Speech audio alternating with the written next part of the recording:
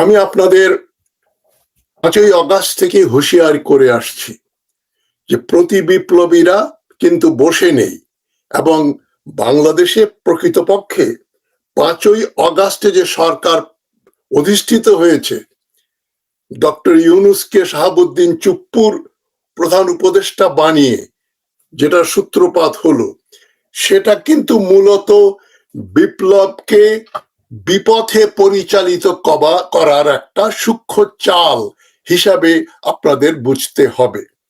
বিপ্লব সাধিত হয়নি, একটা আওয়ামী ভারতীয় সরকার এখনো বাংলাদেশের ঘাড়ের উপর বসে আছে। ডক্টর ইউনূসকে একটা সিম্বল বানিয়ে, নামে মাত্র তাকে প্রধান উপদেষ্টা বানিয়ে, প্রকৃত ক্ষমতা এখনো জেনারেল ওয়াকারুজ্জামান, শাহাবুদ্দিন চুপ্পু ও আসিফ নজরুলদের হাতে। তাদের দোসর রয়েছে সরকারের ভেতরে, সরকারের বাইরে, দেশের ভেতরে ও দেশের বাইরে। তাদের ষড়যন্ত্র খর্ব করতে হবে, তাদেরকে প্রতিহত করতে হবে। এবং ওয়াকারুজ্জামান জানে না, এই গাল ফোলা গোবিন্দের বাপ ওয়াকারুজ্জামান জানে না যে সে যদি ওই পথে যায়, আওয়ামী লীগকে আবার পুনঃপ্রতিষ্ঠিত করতে যায়, মানে 16 কলা পূর্ণ করে দেশে আবার একটা ভারতপন্থী সরকার বানানোর যে পরিকল্পনা ওয়াকারুজ্জামান, আসিফ নজরুলদের আছে, তারা সমূলে উৎপাটিত হবে। তারা পৃথিবীর নর্দমায় তাদের ফেলে দেয়া হবে। এবং আমি আশঙ্কা প্রকাশ করছি, ওয়াকারুজ্জামানের কোনটা মাথা আর কোনটা পা, কোনটা হাত, কোনটা তার মুন্ডু হয়তো খুঁজে পাওয়া যাবে না। জনগণ ছিঁড়ে ফেলবে। ওয়াকারুজ্জামান, তোকে বলছি, তোকে ছিঁড়ে ফেলবে। তুই যতই ভালো মানুষ সাজার চেষ্টা করিস না কেন, তুই নরাধম দেশশত্রু ভারতের এজেন্ট। ওয়াকারুজ্জামান আওয়ামী ও ভারতীয়দের এজেন্ট, এটা আমি বলে আসছি। অনেকেই মনে করছে আহা, সে তো একটা দেশপ্রেমিক জেনারেল, দেশকে রক্তপাত থেকে বাঁচিয়েছে। সে সুপরিকল্পিত ভাবে হাসিনাকে সরিয়েছে।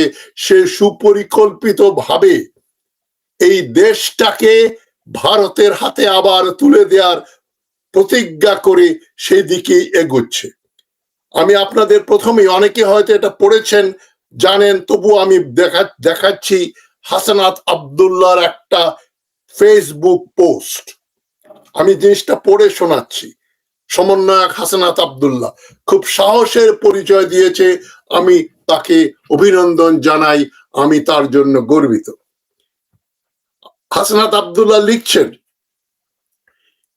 11ই মার্চ, সময় দুপুর 2:30। এই সময়ের ঘটনা উনি বর্ণনা করছেন দুদিন আগে। কিছুদিন আগে আমি আপনাদের বলেছিলাম যে রিফাইন্ড আওয়ামী লীগ নামে নতুন একটা ষড়যন্ত্র নিয়ে আসার পরিকল্পনা চলছে। এই পরিকল্পনা পুরোপুরি ভারতের। সাবের হোসেন চৌধুরী, শিরিন শারমিন, তাপসকে সামনে রেখে এই পরিকল্পনা সাজানো হচ্ছে। আমি সহ আরো 2 জনের কাছে ক্যান্টনমেন্ট থেকে এই পরিকল্পনা উপস্থাপন করা হয় 11ই মার্চ দুপুর 2:30-এ। আমাদেরকে প্রস্তাব দেওয়া হয়, আসুন সমঝোতার বিনিময়ে আমরা যেন এই প্রস্তাব মেনে নেই।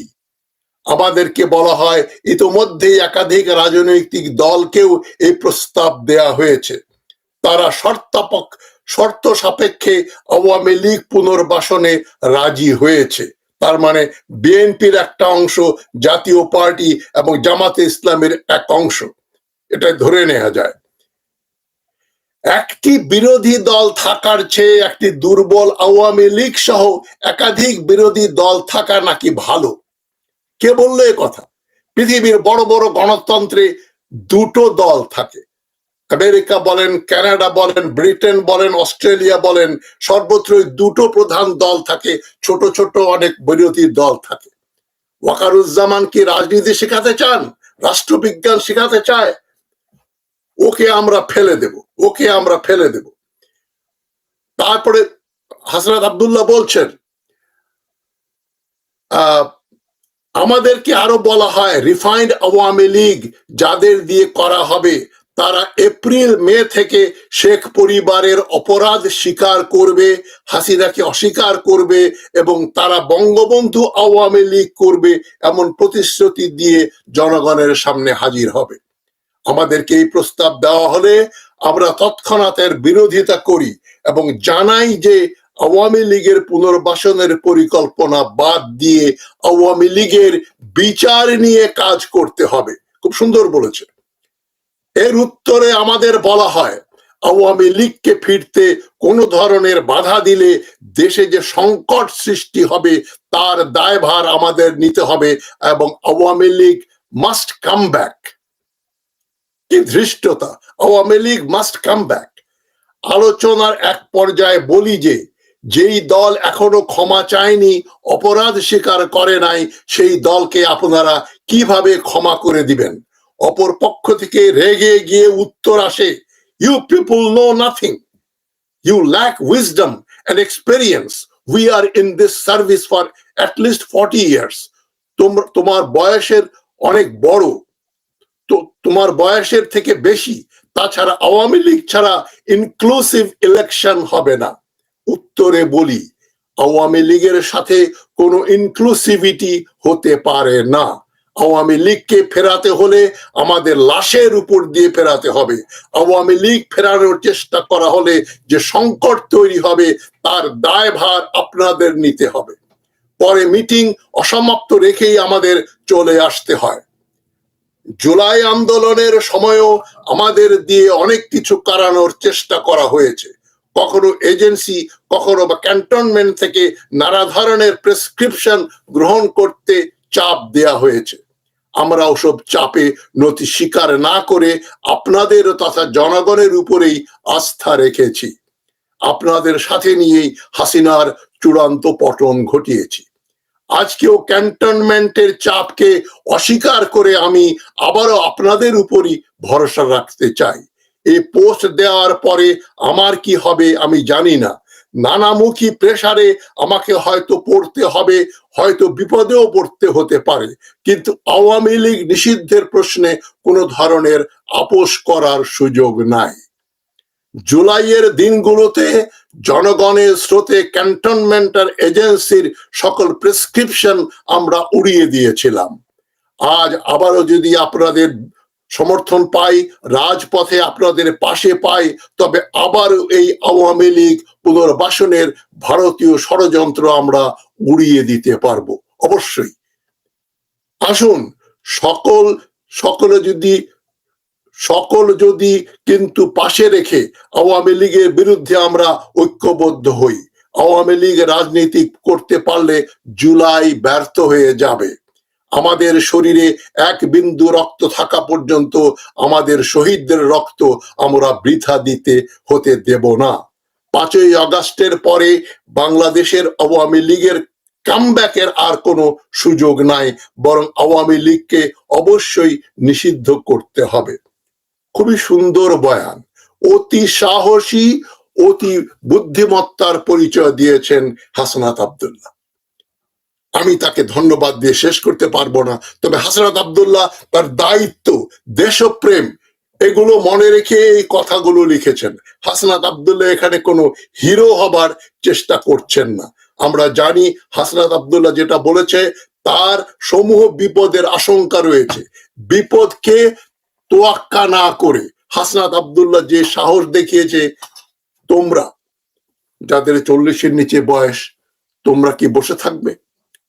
তোমাদেরও হাসনাত আব্দুল্লাহর কণ্ঠে কণ্ঠ মিলিয়ে, কোটি কোটি কণ্ঠ মিলিয়ে যে স্লোগান উঠবে সেটা হচ্ছে ওয়াকার ও তার দোসরদের নর্দমায় নিক্ষেপ করো, তাদের উৎখাত করো। ওয়াকার হচ্ছে পুরনো শত্রু, হাসিনার আত্মীয়, প্রতি বিপ্লবী।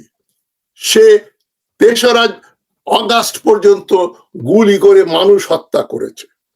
জাতিসংঘের রিপোর্টে এসছে তারা সরকারকে বলেছিল এই সেনাবাহিনী দিয়ে মানুষ হত্যা করলে এই সেনাবাহিনীকে জাতিসংঘে পাঠানো হবে না।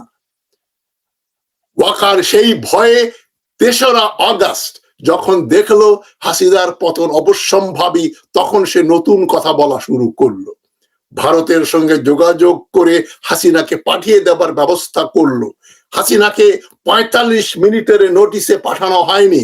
ওয়াকারুজ্জামান ভারতের সঙ্গে 3-4 দিন আলাপ আলোচনা করে ভারতীয় সেনাপ্রধান ও ভারতের অজিত দোভাল তাদের ন্যাশনাল সিকিউরিটি চিফের সঙ্গে কথাবার্তা বলে হাসিনা রেহানার এখান থেকে যে পালিয়ে যাবার সুযোগ করার সব ব্যবস্থা করে ফেললো এবং বেআইনি ভাবে বাংলাদেশ বিমান বাহিনীর বিমান ব্যবহার করে তাকে দিল্লি পাঠিয়ে দেয়া হলো। ওয়াকার পুরনো শয়তান, সে হাসিনার দোসর, এবং শুধু ওয়াকার না, জেনারেল আকবর থেকে শুরু করে ডক্টর ইউনূসের মিলিটারি সেক্রেটারি জেনারেল ফেরদৌস পর্যন্ত আরো 15-20 জন জেনারেল প্রত্যক্ষভাবে ভারতের দালালি করছে, এতে সন্দেহ নেই। তারা প্রথম দিনেই 5ই আগস্ট তারা আসিফ নজরুলকে নিয়ে যে ষড়যন্ত্র করলো, ডক্টর ইউনূসকে বাদ দিয়ে ভারতের পদলেহনকারী আসিফ নজরুলকে প্রধান উপদেষ্টা বানানোর একটা পরিকল্পনা করেছিল এই ওয়াকারুজ্জামান। এবং ওয়াকারুজ্জামান মিথ্যা কথা বলেছে, বহুবার আমি বলেছি। সে বলেছে সেনাবাহিনীর হাতে কেউ মারা যায়নি, শুধু পুলিশ বাহিনীর হাতে লোক মারা গেছে। মিথ্যাচার করেছে। সে একটা দুর্মুখ, সে একটা ষড়যন্ত্রকারী, সে একটা বিশ্বাসঘাতক, সে একটা মির্জাফর। তার বিচার করতে হবে বাংলার মাটিতে। এদেরকে আড়মোড়া দিয়ে ভেঙে হ্যান্ডকাফ পরিয়ে ফ্লোরে শুইয়ে রেখে পেটাতে হবে এবং বিচার করতে হবে। এর সবগুলোই মৃত্যুদণ্ডের আসামি, ফাঁসির আসামি এখন দেশ চালাচ্ছে। কত বড় ধৃষ্টতা দেখেন! ক্যান্টনমেন্ট সামরিক যে ছাউনি, সেখানে বাংলাদেশের ভবিষ্যৎ নিয়ে আলাপ করার এই দুঃসাহস তাদের কি করে হলো? তুমি বেটা একটা আর্মির জেনারেল, দেশে কি হবে না হবে, আওয়ামী লীগ নিষিদ্ধ হবে কি না হবে, সে তো তোমার বলার কথা না। হে ছোকরা, গালফোলা ওয়াকার, এগুলো তোমার ব্যাপার না।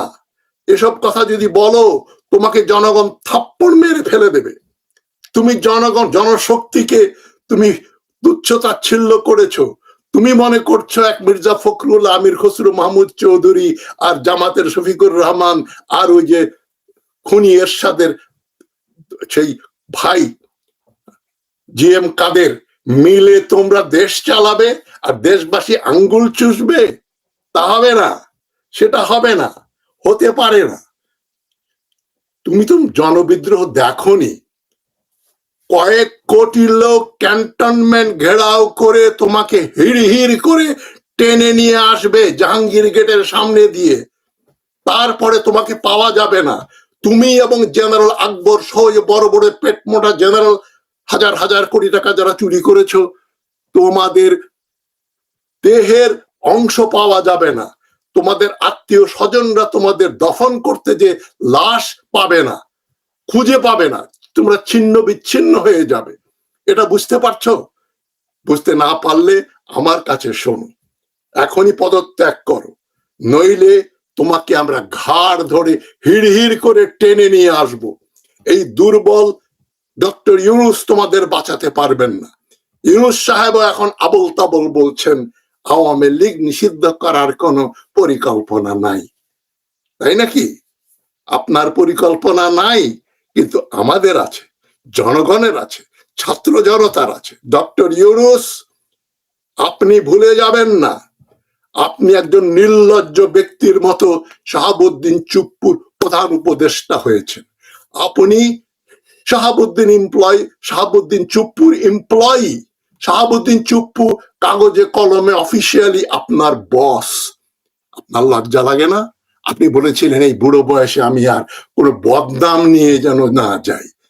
বদনামের সিল লেগে গেছে ডক্টর ইউনূস। আপনি সারা জীবন যতদিন বেঁচে থাকেন চেষ্টা করলেও ওই কালো সিল থেকে আপনি রেহাই পাবেন না। ছাপ্পড় মেরে দিয়েছে, আপনি মেরেছেন আপনার মুখে ছাপ্পড়, যে আপনি একজন সুবিধাবাদী দুর্বল চিত্তের লোক। আপনি মনে করেন অর্থনৈতিক সমস্যা, ইনফ্লেশন, এগুলো ঠিক করলেই বাংলাদেশ ঠিক হয়ে যাবে। বাংলাদেশের জাতীয় নিরাপত্তা, ন্যাশনাল সিকিউরিটি হচ্ছে নাম্বার 1 সমস্যা ডক্টর ইউনূস। নাম্বার 2 সমস্যা জাতীয় নিরাপত্তা, নাম্বার 3 জাতীয় নিরাপত্তা, নাম্বার 4 বাংলাদেশের জাতীয় নিরাপত্তা। অন্য কোনো সমস্যা নেই। রাজনৈতিক সমস্যা দিয়েই সমস্যার রাজনীতি দিয়েই এই রাজনৈতিক সমস্যার সমাধান করতে হবে। আপনারা ব্যাকডোর দিয়ে আলাপ আলোচনা করে ষড়যন্ত্রকারীদের সঙ্গে হাত মিলিয়ে আপোষ করবেন। হ্যাঁ, আমরা দুজনে মিলেই আমরা মিলেমিশে করি কাজ, হারি জিতি নাহিলাজ। ডক্টর ইউনূস, আপনাকেও জনগণ রাখবে না ক্ষমতায় আপনি যদি ওয়াকারুজ্জামানদের দালালি করেন। আপনার লজ্জা লাগে না? এই 84 বছর বয়সে আপনি ওয়াকারুজ্জামানের দাসত্ব করেন? আপনার ঘৃণা লাগে না নিজের প্রতি? আয়নায় চেহারা দেখলে আপনার থুতু দিতে ইচ্ছা করে না নিজেকে? আমি ইউনূস সরকারের সকল উপদেষ্টাকে বলছি, আপনারাও পদত্যাগ করুন। আওয়ামী লীগকে পুনর্বাসিত করা যাবে না। এই প্রতি বিপ্লবীদের কবর রচিত হবে বাংলাদেশে। ইনকিলাব জিন্দাবাদ। জার্মানিতে নাৎসি পার্টি, ইটালিতে ফ্যাসিস্ট পার্টি নিষিদ্ধ হয়েছিল, সাদ্দাম হোসেনের বাথ পার্টি নিষিদ্ধ, বাংলাদেশে মুসলিম লীগ নিষিদ্ধ হয়েছিল স্বাধীনতার পর 1971 সালে। আওয়ামী লীগ কোন যুক্তিতে একটা নিষিদ্ধ না হয়ে টিকে থাকবে? কিভাবে এটা সম্ভব হবে? কিভাবে হবে? এটা হবে না। বিপ্লব কিন্তু 5ই অগাস্ট থেমে গিয়েছে, বিপ্লব বন্ধ হয়ে যায়নি। জনগণের যে অ্যাসপিরেশন, আশা আকাঙ্ক্ষা, সেটা কিন্তু আপনার এখনো পূরণ হয়নি। পুরনো দুর্নীতিবাজেরা এখনো ক্ষমতায় অধিষ্ঠিত। প্রতিটা খুনি জেনারেল, প্রতিটা খুনি পুলিশ অফিসার, প্রতিটা খুনি আমলা, ডিসি, দারোগা এখনো চাকরিতে বহাল। তাদের বহাল রেখে দিয়ে তাদেরকে দিয়ে আবার ওয়াকারুজ্জামান আওয়ামী লীগের শাসন পুনরুদ্ধার করবেন, যে নামেই করুন। হাসিনাকে বাদ দিয়ে শেখ মুজিবুর রহমানের আওয়ামী লীগ, শেখ মুজিবুর রহমান ধোয়া তুলসী পাতা হলে, শেখ মুজিবুর রহমানের প্রতি জনগণের কোন রকম আস্থা থাকলে, শ্রদ্ধা বিশ্বাস থাকলে তার মূর্তির উপরে লোকে পেচ্ছাপ করতো না, তার বাড়িঘর ভেঙে ইট ভেঙে নিয়ে যেত না, নিশ্চিহ্ন করে দিয়েছে। জনরোষ আপনি বোঝেন না। ওই হাসিনা বক্তৃতা দেবে, ওই খবরের ফলেই দেখলেন না বাংলাদেশের সর্বত্র আওয়ামী লীগের বাড়িঘর ভেঙে গুড়িয়ে দেয়া হলো। আর আপনি এখন নতুন খেলা খেলতে চাচ্ছেন। ক্যান্টনমেন্টে আপনাকে এই খেলা খেলার অধিকার কে দিয়েছে? এটা একটা সিভিলিয়ান সরকার, মার্শাল ল হয়নি। আর আপনি মার্শাল ল দেওয়ার চেষ্টা করে দেখেন কি হয়, কোথায় যান আপনি। আমি জনগণকে বলছি, হাসনাত আব্দুল্লাহ যে কথা বলেছে সাহসের সঙ্গে আপনারা তার সহযোগিতা করুন এবং দেশ থেকে ওয়াকারুজ্জামান বিচারের ব্যবস্থা করেন। এদের সবাইকে জেলে পুরতে হবে, এরা সবগুলোই ফাঁসির আসামি। ভালো থাকবেন সবাই। সবাইকে বিপ্লবী সংগ্রামী অভিনন্দন জানিয়ে আমি বলছি, ইনকিলাব জিন্দাবাদ। ইনকিলাব এখনো শেষ হয়নি, ইনকিলাব শেষ হবে এবং স্বৈরাচারের শেষ অংশ ওয়াকারুজ্জামান সহ আরো কয়েক হাজার লোককে আমরা জেলে দেব। তারপরে বাংলাদেশ স্বাধীন হবে। ফরাসি বিপ্লবের পরে যেমনটা হয়েছিল তেমনটা হতে হবে বাংলাদেশে। ভালো থাকবেন সবাই। ইনকিলাব জিন্দাবাদ। আসসালামু আলাইকুম।